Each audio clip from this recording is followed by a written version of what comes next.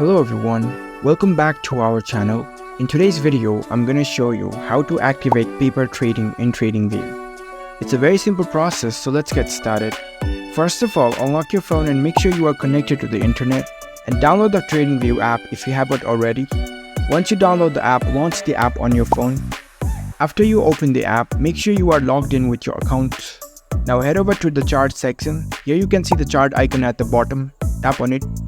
Once you are in the charts page, you can see the three dots icon at the bottom right. Tap on it. Here you can see the option Connect Broker. Tap on it. Now in the list, if you scroll down, you can see the paper trading at first. So choose this option. Next up, tap on Connect.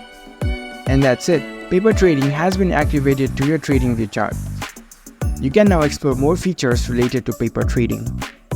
If you found this video helpful, don't forget to give this video a thumbs up and subscribe to our channel for more tech tips. Thank you for watching.